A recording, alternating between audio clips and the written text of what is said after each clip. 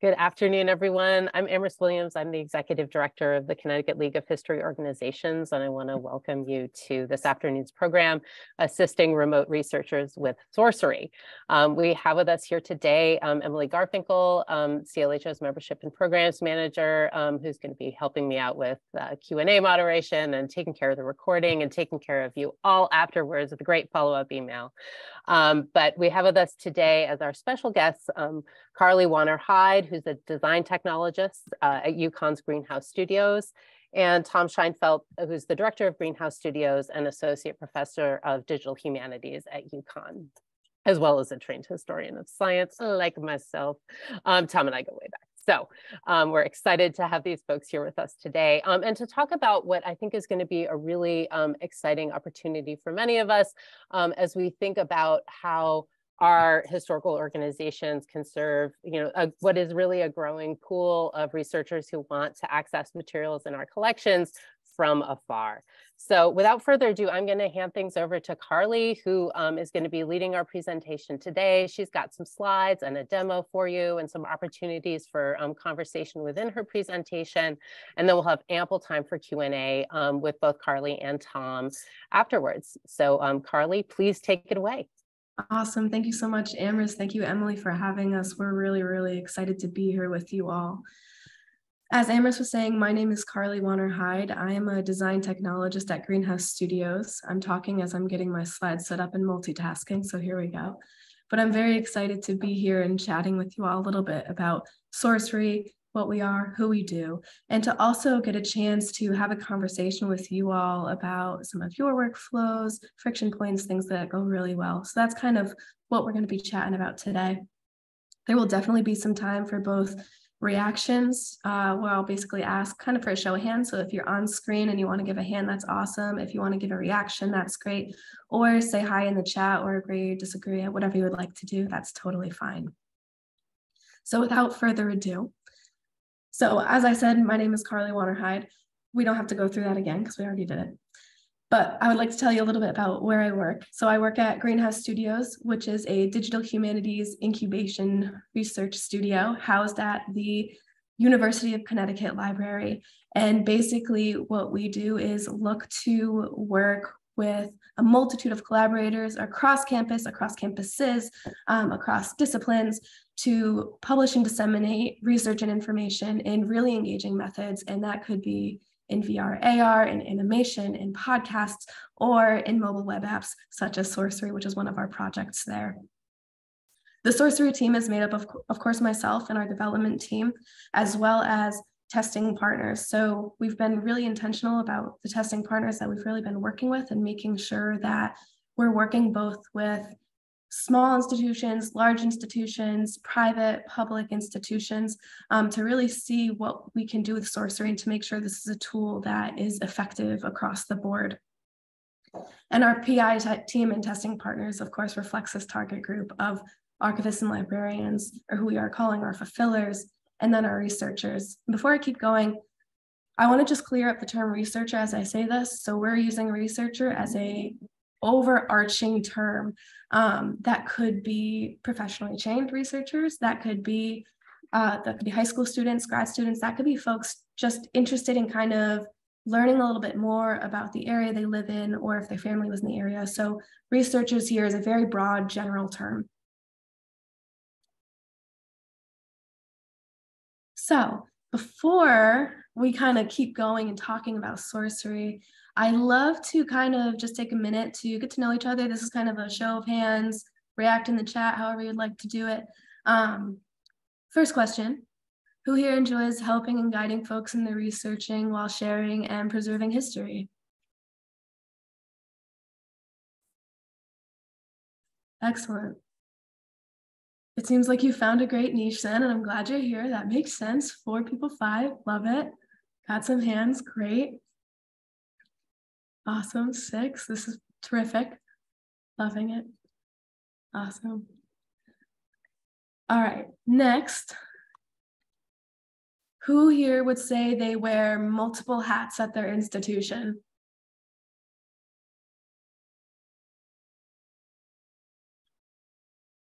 I definitely do. It's fun. Yep, it's a thing. Totally. It's a really exciting thing. Awesome. Nice. So another question, who here tends to work by themselves or with a few volunteers to help serve patrons looking for historical documents? Awesome. Very much appreciate you all. That is terrific work. And then, of course, who here has worked in a reading room, library, and archive through the pandemic?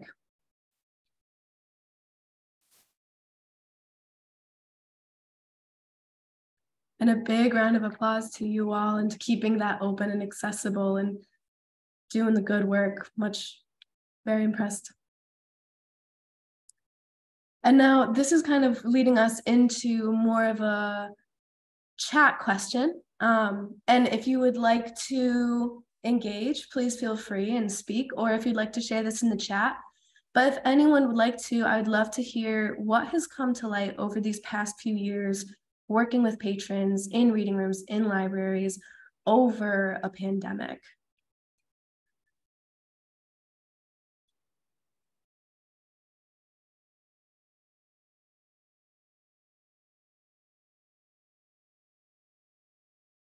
Beth, you're raising your hand. Would you like to chat and unmute?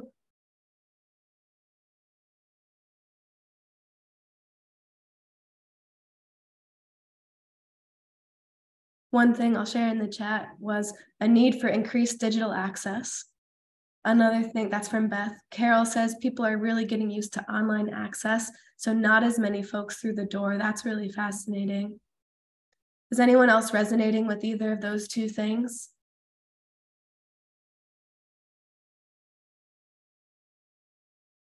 Both, awesome. Some raising hands. People want more archival material accessible to them at the ready without barriers. Thank you, Sierra, for sure. If there's any resonating with that too, feel free to put in a reaction.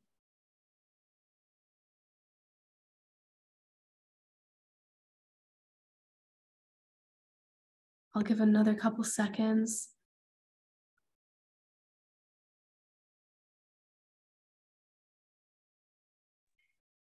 Awesome. Well, thank you everybody for engaging with me and participating in that. And good news, it looks like you all might have gone ahead to my next slide. Oh, one more from Aaron Witt, trying to reach back out to patrons who may have forgot about archives during the pandemic. Totally. Yeah, keeping that bridge of communication open and accessible and flowing for sure. So let me get my screen reorganized. So I'm going to kind of go through these quickly. Basically, a lot of you just kind of spoke to what we've really been noticing as a team and where Sourcery has kind of been shifting towards based on these needs that we've kind of taken a look at.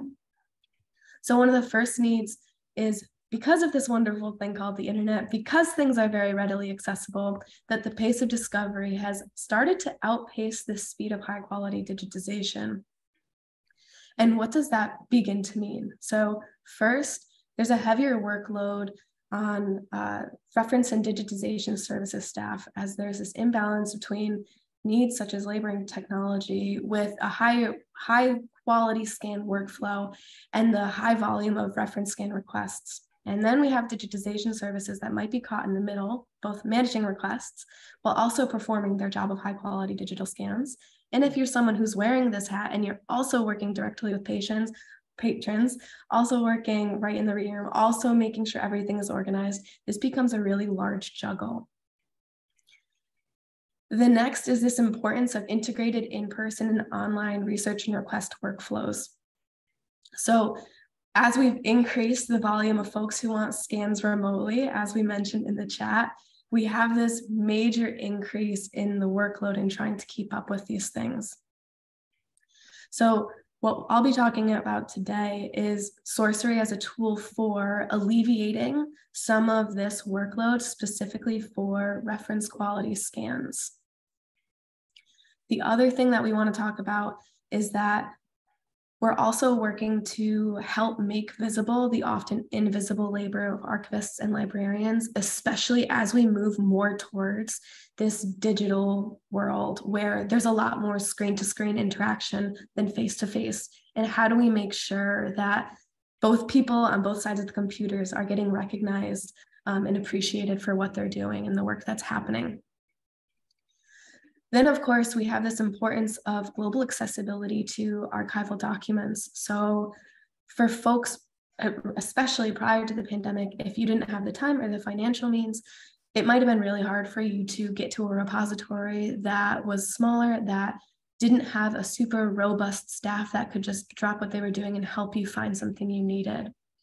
So what we're trying to do is lower that barrier to access, especially through the pandemic, where folks can access these materials from wherever they are in the world, even if they have low bandwidth, such as researchers in the Global South. So that has really kind of led us to these three things that we're seeing as improved research infrastructure. So methods of effective access channels. So that might mean a website that's usable, that's easily accessible for both parties, the researcher, user, and the fulfiller.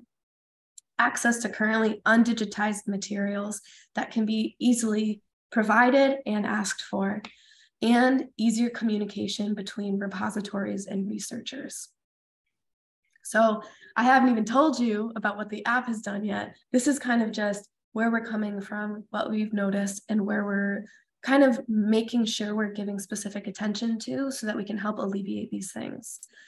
The other thing I want to say is a lot of these points that were brought up, the pandemic, they've always existed, and the pandemic has simply made them more salient. And I just want to make sure that we say that, because I know these are not just because of the pandemic, but have been illuminated because of.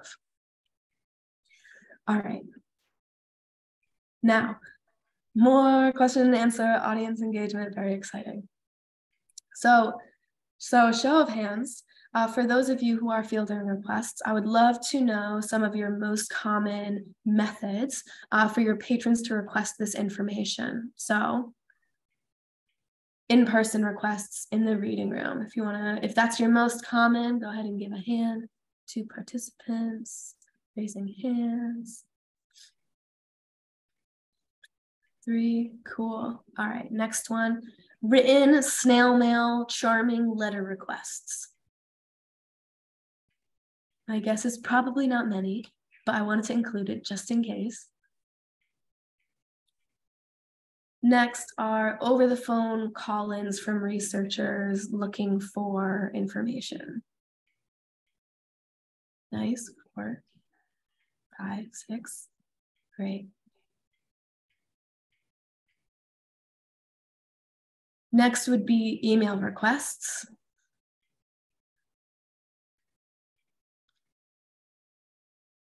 Nice. This tends to be the very popular one that is happening right now.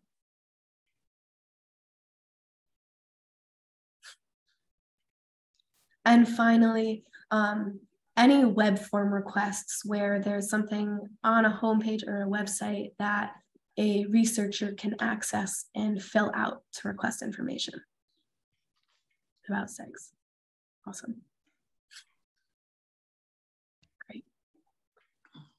So that makes sense. The good news is if you've used email, web form, over the phone, you already have a leg up with Sourcery. And if you've used in-person written, honestly, you also have a leg up with Sourcery, because these are all questions and ways that we'll be talking about how requests are given. So next question, that's kind of an audience participation question. So thinking about your current workflow to fulfill a request for someone looking for information, whether that be a specific document or what we call the big dig, where someone says, and I have this idea of something that you might have, will you tell me more about it? Tell me about some of the steps that you take right now that are really effective to help fill these requests. These could be organization methods, intake methods, fulfilling methods, etc. And you're welcome to answer in the chat or out loud.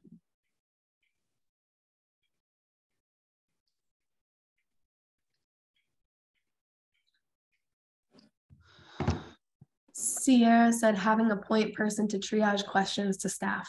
Yes, absolutely. Carol says we're not open every day, but I can fulfill a lot of requests from home. That's awesome. Diane says it really depends on the question. First, we usually need to clarify the question to make sure what we are looking for, what they need. Totally makes sense to have that verbal communication beforehand to clarify. Aaron says trying to have as thorough of a reference interview as possible. With phone, that's easier, but email can still have a back and forth to get as much context. Absolutely. So again, making sure both parties are on the same page about what's being looked for, what's possible to provide, etc. Beth and Sierra both said agreed to Aaron. So obviously, when you're working in a reading room, it sounds like communication, top tier important thing to have that clear, effective understanding of what each person is looking for. Absolutely. So on the flip side of that, I'd love to hear maybe some points of friction in your workflows, if you would all be willing to share some of those.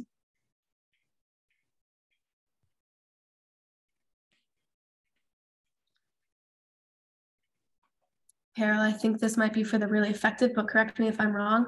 But Carol says, I have a file of canned responses about the various resources to save time.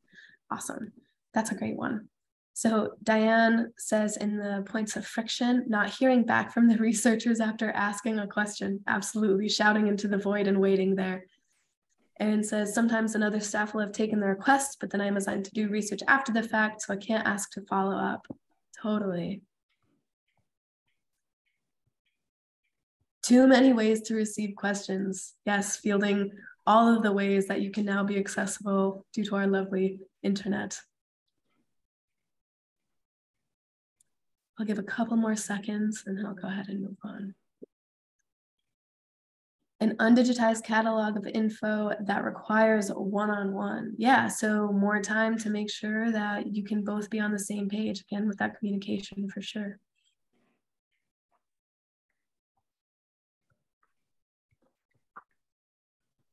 Awesome. I'll wait like 2 more seconds in case anyone else is finishing up a thought. Easy to lose track of snail mail requests. Yes.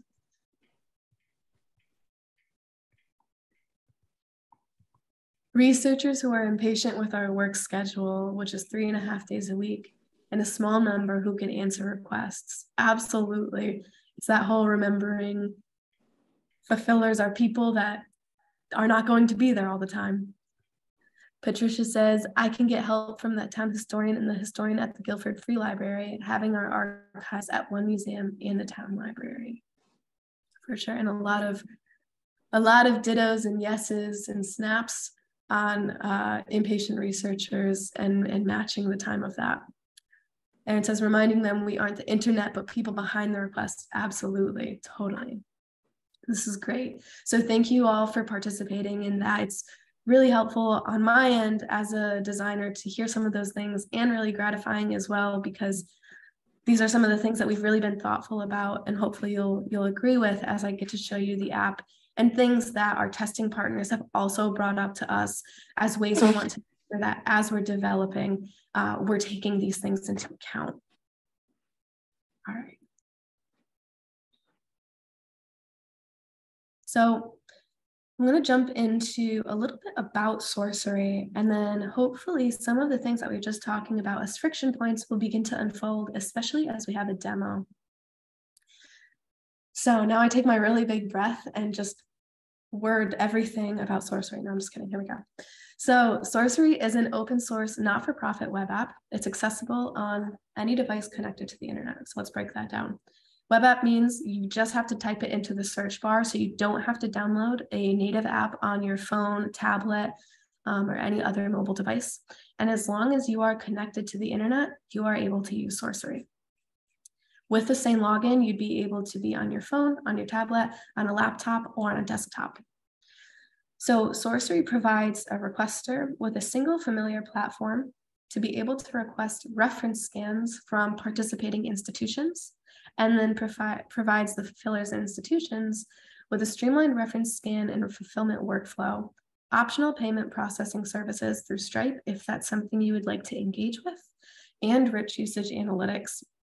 And that could include things such as requests over a given time period, average geographic location of user, type of request, turnaround time, all of these different sorts of things.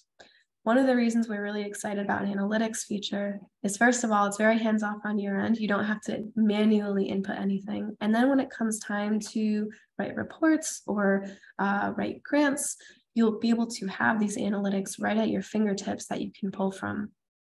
Another thing is we'd be able to create a customized survey based on your institution. If you're looking to answer specific qualitative questions that might be things like, what is this research being used for?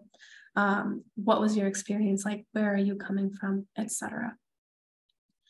And then at the end, there's a method of communication, or throughout the whole thing, there's a method of communication within the app and request receipts after the request has been fulfilled. So that'll show a record of your transaction, save any communication, and add any available details. Eventually, I'll talk about some other things that are coming up as we continue developing things.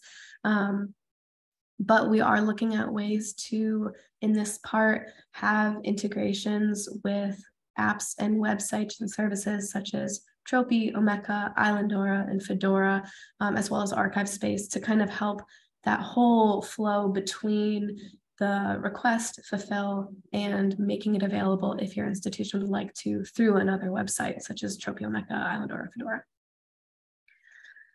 I know there's going to be a lot of information on Sourcery and it might not be totally clear. As I go through the tutorial and we kind of walk through it together, that might help as well. But there will be time at the end for question and answer as well. So we see Sourcery kind of in these two ways. So first as an infrastructural tool, and then the second is a communications tool. But let me start with infrastructural. So one of the things we were talking about is the availability of these undigitized archival documents outside of a immediate locale, and making these things available to folks on a much larger scale without major hoops to jump through, without adding way more to your workflow, or having researchers have to buy plane tickets or coordinate their schedules, or et cetera, fill in the blank that might make it difficult to get to your repository. We also see Sourcery as an organizational tool to help streamline this request and fulfillment process. So this can be an avenue where everything happens. So rather than fielding most of your requests from 5 different avenues of phone, email, in-person, online web form, and snail mail, we can hopefully alleviate some of that and combine it into one. Now, of course, this is not a replacement for folks coming into the reading room. That can be different, that can be incorporated with Sourcery, but we understand, like, this is not in any way trying to replace that interaction, because that's a really important one to have, but rather a way to alleviate the other interactions that are not face-to-face to help maintain the relationship between archivist, librarian, fulfiller, and researcher requester. So a couple other exciting features coming up on Sourcery that I'll just mention now since they won't be in the demo. As you're fulfilling a request, you'll be able to see an activity log. So if it's a really massive request, let's say, of multiple boxes or multiple folders even, and each folder has, as we all know, often multiple documents in it. If you're fulfilling one of these large requests and you're either leaving off on a certain day and someone is picking up the next day, or you just want to remember where you're leaving off, you're able to leave yourself internal notes, see the last things that have been opened, added, all of those things with timestamps. So you can kind of keep track of what's been happening throughout this request.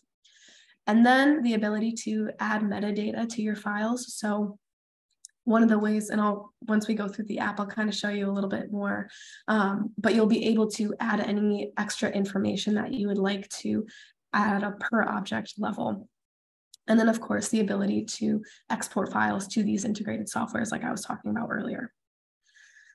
Additionally, Sourcery can be used as a method for helping digitize collections at our reference scan qualities. So our partners at the American School for the Deaf are really interested in using Sourcery with a CTDA to kind of help streamline the workflow for digitizing one of their collections and making available on CTDA, but doing it through Sourcery to help organize and keep track of what they have and haven't digitized yet.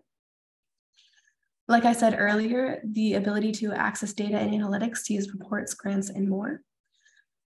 I also mentioned earlier, but the simplified customizable payment collection through Stripe is available. This is completely optional. If it's something you would like to explore, you may. And of course, if you are like, nope, everything at our institution is free to request, that's totally fine too.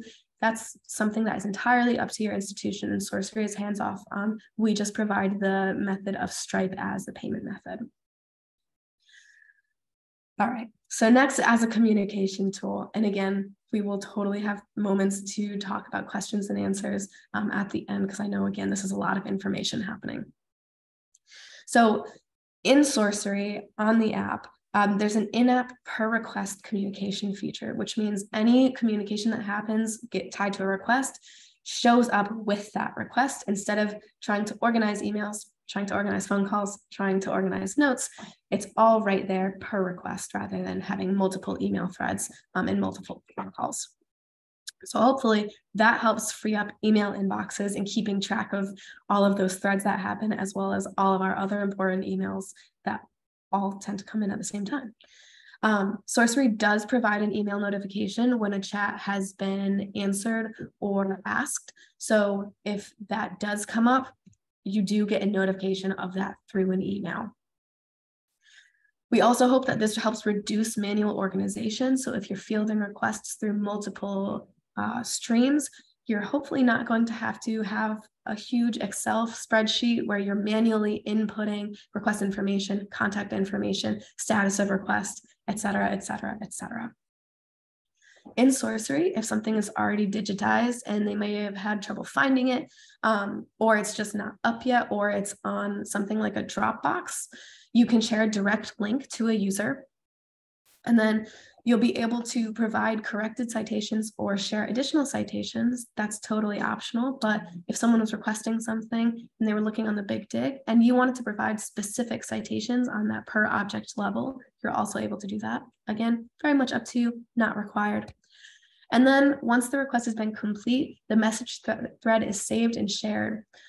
So one of the things that we're really excited about with that is if folks are going back and looking on either side, if there was a recommendation given of information that they might find engaging after what they've learned from you as the fulfiller, or if you as the fulfiller are like, I know we talked about this, let me make sure I can go back, and if there's anything additional in the details that I need to remember, have that there. So those are the two kind of prongs that we see Sourcery alleviating. I wanted to share one of our designs for an upcoming communication featured tool. So right now, the communication feature looks like a chat box.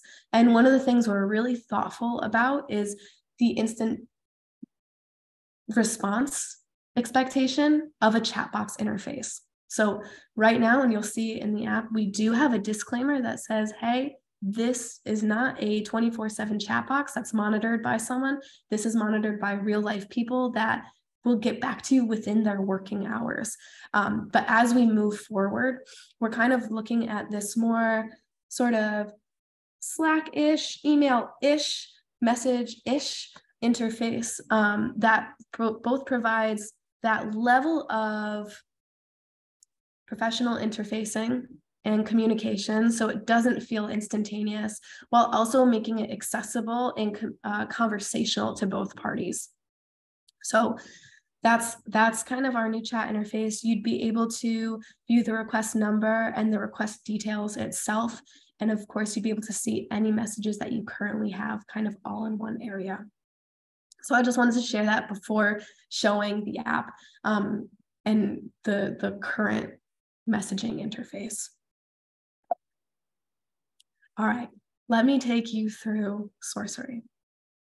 So this is our current dashboard. As you can see, this is the institutional Sourcery dashboard. This is actually in use. We've received a couple of requests from folks that have found Sourcery on Google. That's one of these, but it's kind of cool and I wanted to share it. But this is our institutional dashboard, as I said, so you can see your new, in progress, and completed requests, as well as your average turnaround. This is completely internal, and a requester does not see your average turnaround time. This is just for you, so that if you, as you keep using it and have a general gauge, you can say, hey, our average turnaround time right now is 20 days. So if you don't hear anything from us, then you can check back in. But this is when you can generally expect to hear a response from us. So again, here are little boxes of our new, in progress, and recently completed. But I'm going to go ahead and we're going to create a request together and then go ahead and fulfill it. So if I'm creating a request, we're brought to this page. So we select a repository. In this case, we're going to be requesting to ourselves. So Sourcery U. You can see our other current partners right now. And then we're going to go on down to document information. So your requester would be filling out their name. And so I'll just do mine for now. Right now we have a space for email that's tied to a user's account. Eventually, one of the things we'd love to have is the ability to complete an internal request. So if someone calls in, you would collect their email address, or if they email it, and you could input it there without them having to have an account, because we obviously don't want to force anyone to have a Sourcery account who's not quite understanding of it or able to use it. So then let's say we have the title, and for this one, it's going to be the Unicon papers and these are from UConn. So I just went ahead and found some of these. These are already digitized, but for the sake of the demo, we're going to pretend that they're not. So one of the things in this box is we're really thoughtful about the language we're using to prompt folks to input information rather than citations. This is actually feedback from some of our testing partners, where citations could be a barrier to entry, especially for folks looking to research their family genealogy or a location they grew up. And if they don't have a citation and are really just looking for information, we didn't want that to be a barrier to them asking for it. So I went ahead and input my information. I hit submit, and then I get that submitted request. So if I'm back to my dashboard, go ahead and refresh the page.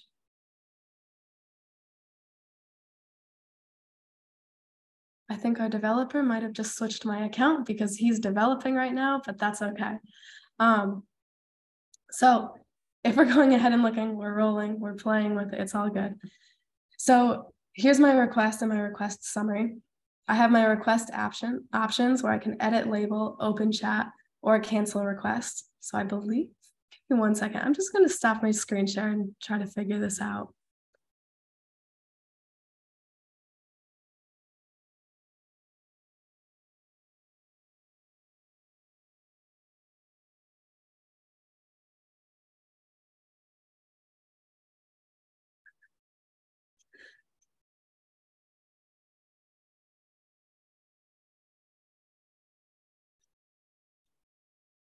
So in very fun news, our developer did just change him to me as who was the institutional account. Let me see if I can switch us back. But maybe we'll keep going in the interest of time because we're rolling. So I can actually, we are being nimble here.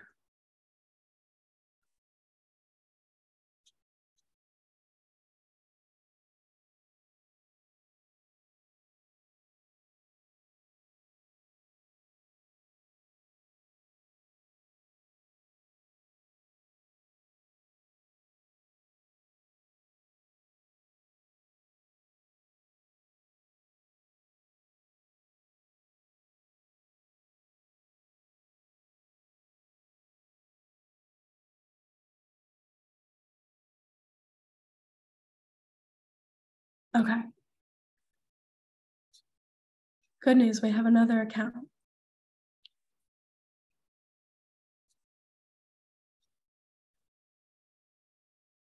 All right, we're back to a dashboard. We can see it. We're going to go ahead and create a new request. So this is our test interface. So now you don't see all our partners. So My apologies for that, but we'll keep rolling along. So now, if we go back to our dashboard, we can see our new request has populated our new requests bin. From here, I can edit the label. So that would edit this test word.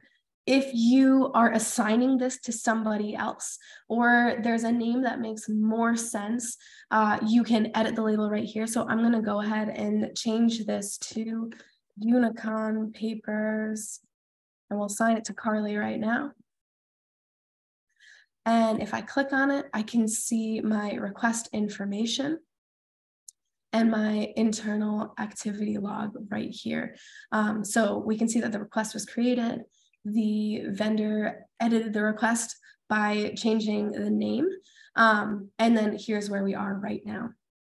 So I'm going to go ahead and fill this request. So again, if I already had this digitized somewhere or was sending them a Dropbox link, I could add this right here. Or if what they requested I don't have, I could also say to them, hey, listen, my apologies, we only have a part of this, none of this, etc. But to still be able to have that interaction with the requester rather than just deleting the request or getting rid of it. But in this case, we have what we're looking for. We're going to upload the files. So on a desktop, you can upload a file. On a mobile device, such as an iPad or a phone, you can also take a picture directly of that file. So if you're in the stacks and you're just taking that reference scan image, you can take your phone with Sourcery, take your picture, and keep it going. So I'm going to go ahead and add these couple of documents.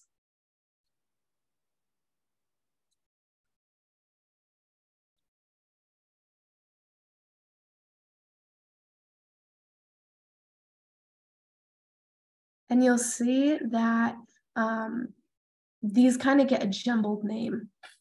So this is something we're working through right now. The reason this happens is because if you're taking a picture on a phone or an iPad and uploading it, it always saves as image 1. So it would just constantly overwrite. So right now, it just kind of has this gobbledygook, but you can, of course, rename it as whatever you would like. So if I go ahead and open this file, so this is kind of cool. This is actually from a paper in the Yukon archives from 1961 called Unicon. But this was an ad in there. So if someone was really interested in this specific ad, let's say, and you took a quick picture of it to send back to them, you could do that.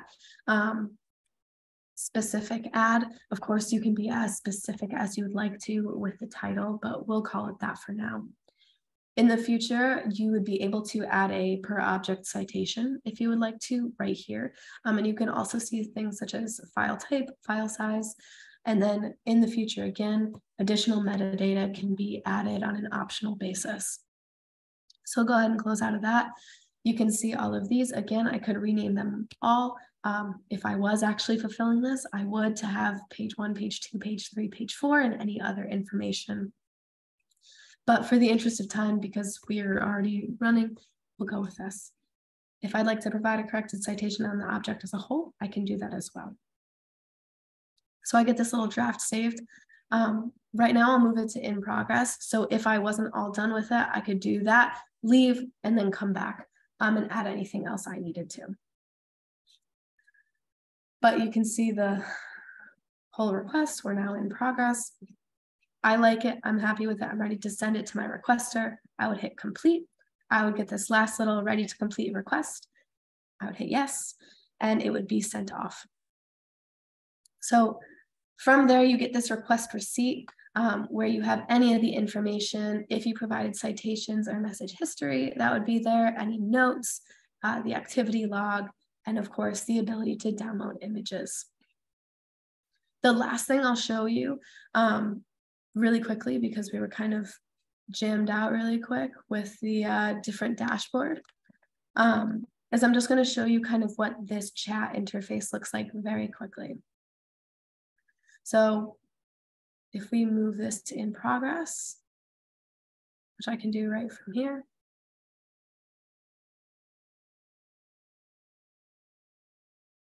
I can open a chat. Right now, it looks like this little box.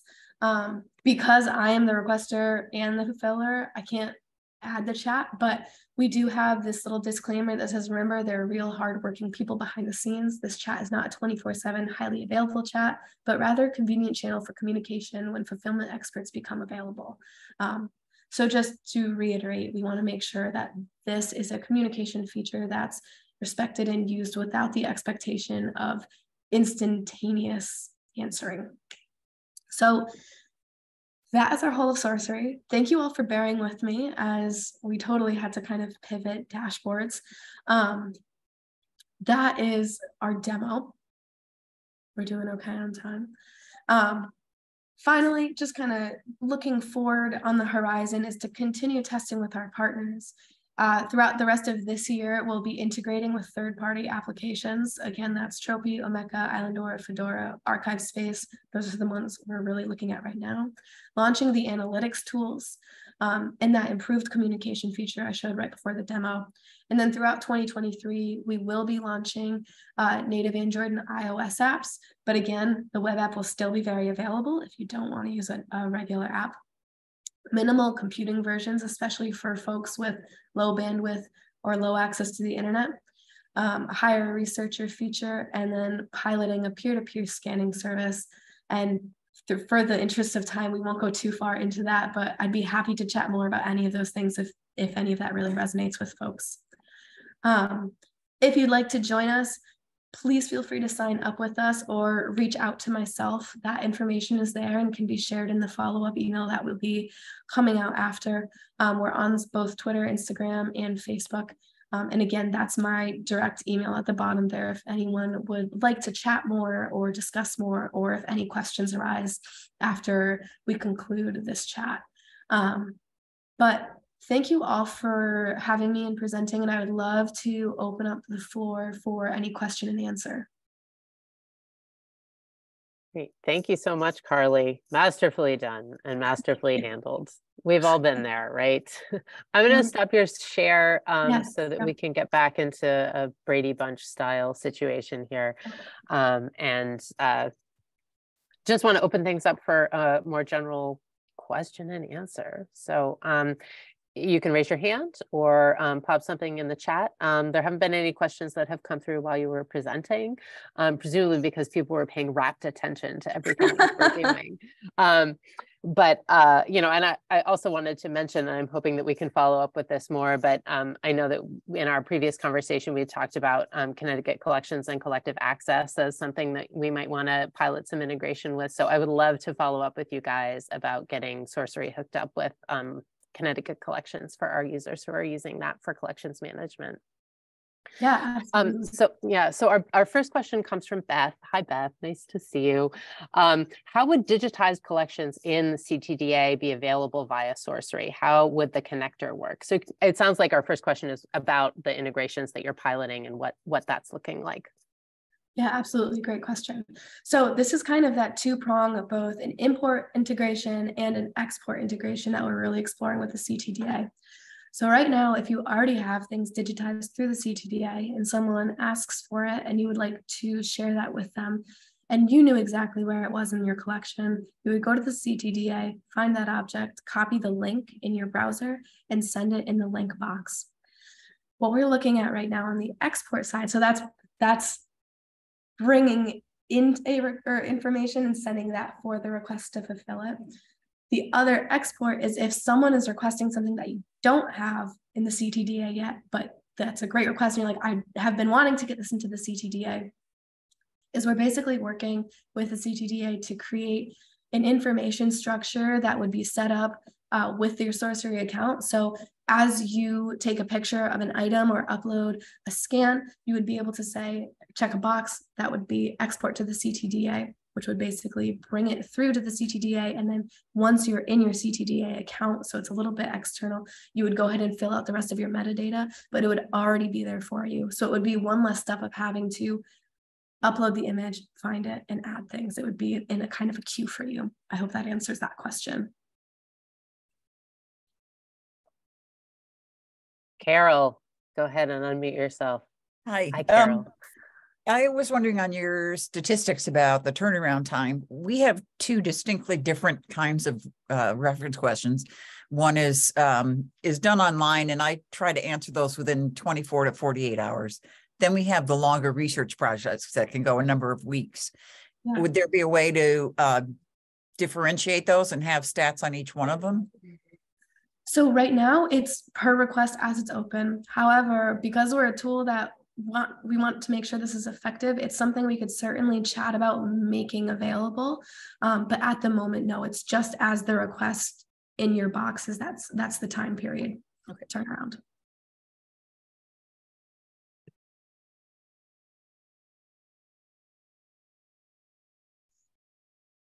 While we're waiting for the next question, I just wanted to underscore something Carly was just saying. The Sourcery, just to so everyone knows, Sourcery is we're not a vendor. We're not trying to sell you something. This is open source software that was created at UConn in collaboration with the Archives and Special Collections there and archives at Northeastern and other Hartford History Center.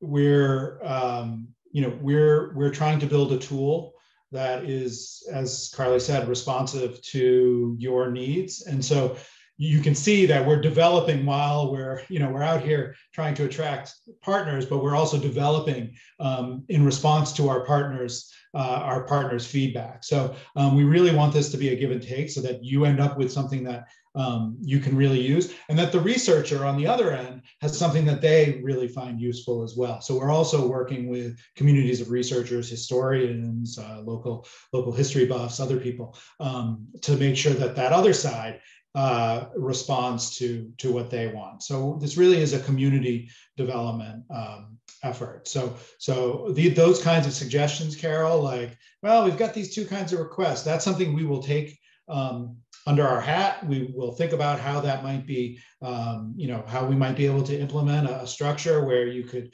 tag, have two different categories of requests that are tracked slightly differently. We definitely want to hear all of this. So thank you for that. And right to that point, Tom, actually, Erin has put something in the chat to follow up on what Carol was just saying, asking if there is currently an ability to tag requests, just as you have described.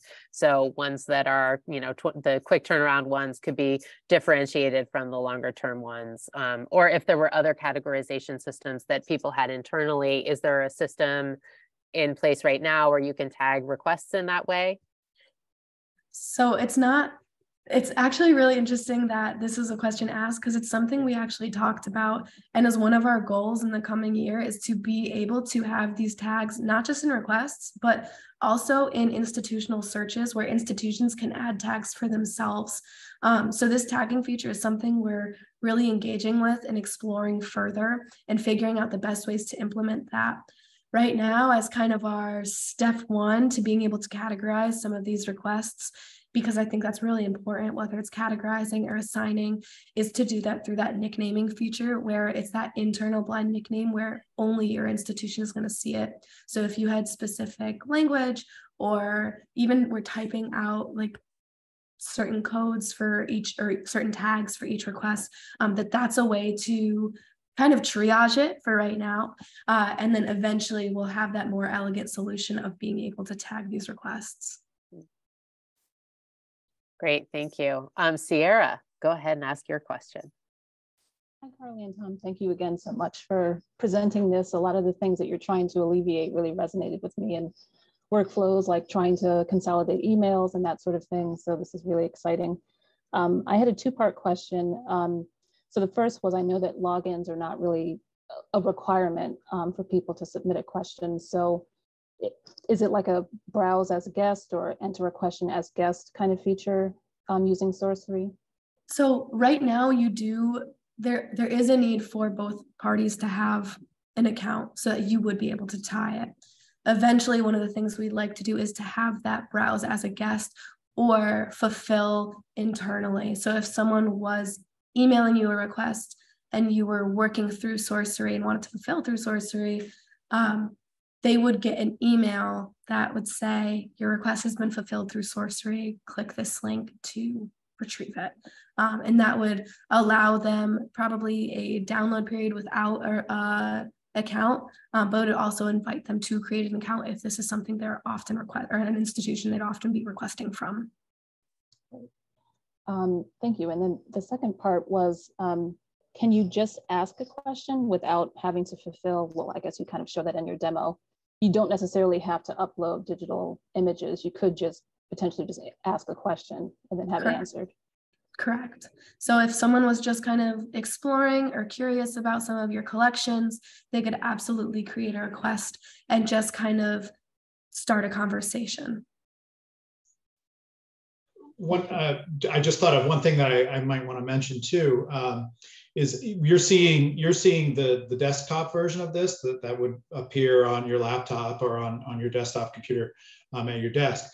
But this is designed as a mobile native application, and I think we anticipate that, and our partners have told us that most of the requests actually would be fulfilled using a phone or an iPad that you could bring with you into the stacks, pull a box, pull a document, take the picture right there, put it back, and send the request off without having to bring it back to your desk to a digitization station, and then on the desktop, upload it into the app.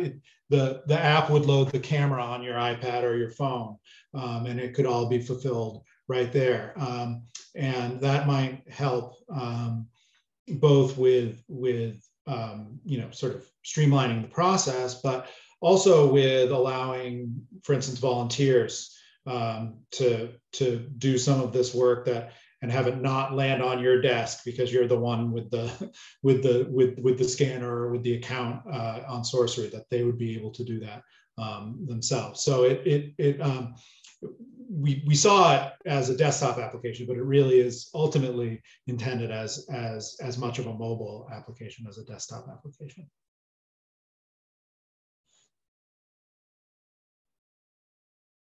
There's another question from Aaron that's come in.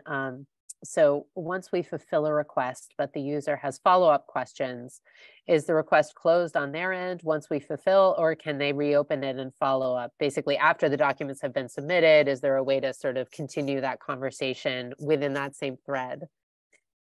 So we decided to close it off. And if there is any residual questions that come up, they could just create a new request. That way, there aren't tons and tons of requests happening in the inbox, or feeling like you always have to be checking completed requests that then might have more follow-up questions. So no, once the request has been completed, a new request would need to be started in order to continue a conversation. Or again, that could of course be an email question or a phone call if something like that happens as well. But all of those requests would be tied to the single user. Correct. To the researcher's account. So you could go back, and if it was a sort of a follow-on request, it would be tied in the same list with that user's other request. Right. So basically, you're saying you can tag things, you can track things both by request, but also by individual. So it's kind of powerful in that way. So if you have a regular user, say, I'm sure a lot of organizations have folks that they hear from a lot, that could be potentially really useful. Yeah, you can see that. I want to echo the importance of having a way for people to telephone and you input the request in Sourcery for them. I would imagine that would be really useful for a lot of people who might be intimate, who want to make that request over the phone. And it also enables you to do that researcher interview while you're talking with them, and then just like take notes in the app on, what might be needed, what additional material might be needed to fulfill that request. So I think that's a really good improvement to make. I know on our end, like with our membership management system, like some people, they just want to register for an event over the phone, and it's great because we're able to register them for them and just take their payment over the phone and things like that. And I imagine it would be a similar situation with a lot of historical societies or small history organizations. Folks just want to call up and talk to someone there. Certainly. And the beauty of that is you get to have that interaction while it's also being recorded, so you don't lose, not the phone call, but the request, you still have a track of it, and what happened, and be able to have that in your analytics as well, or even make a note of, we had a 30-minute phone conversation or reference interview that happened.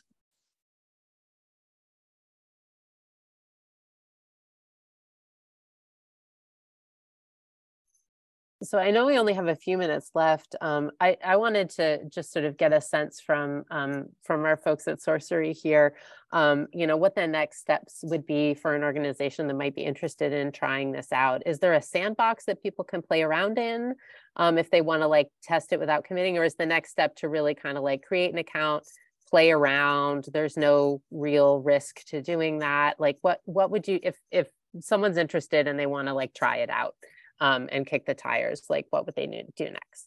Yeah, so either of those is a totally fine option. We do have a test interface. That's actually what I logged into so that we could kind of jump into it.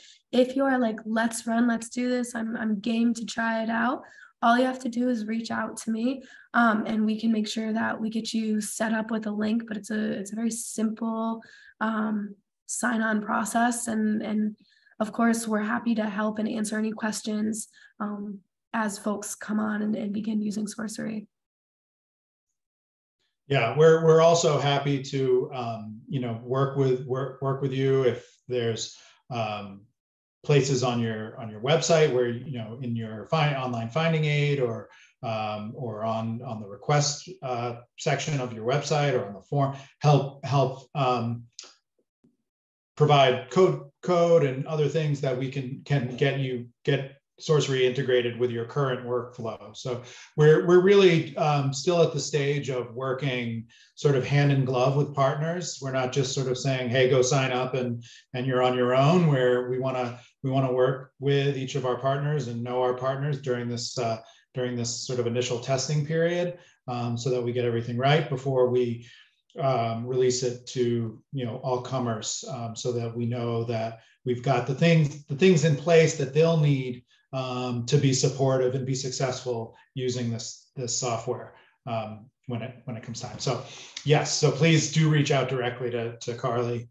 I'm also happy to answer any questions, although even though I'm Carly's boss, she's a whole lot smarter than I am. So you're probably better off reaching out to her anyway.